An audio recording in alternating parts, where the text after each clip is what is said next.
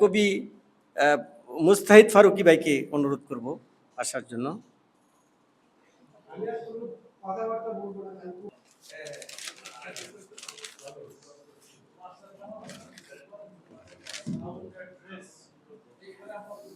কবিতার নাম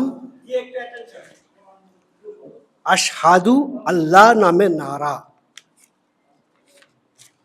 প্রিয় নবী সাল্লাল্লাহু আলাইহি সাল্লাম, আপনার পবিত্র ঠোঁট থেকে উড়ে আসবে হিরণময় পাখি। আপনার পবিত্র ঠোঁট থেকে উড়ে আসে হিরণময় পাখি।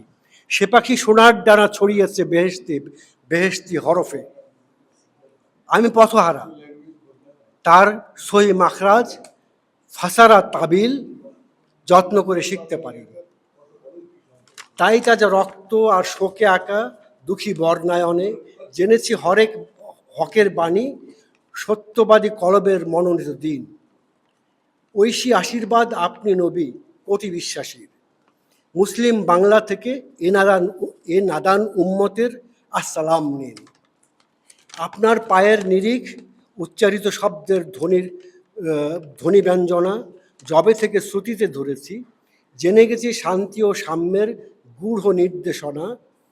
অন্ধকারে যুযুধান মানুষে মানুষে ঘুচিয়েছে অসম্মান বিভেদের গ্লানি। সাদা কালো উঁচু নিচু আমির ফকির দাঁড়িয়েছে কাঁধে কাঁধ দীর্ঘতর কিয়ামের নিবিড় কাতারে।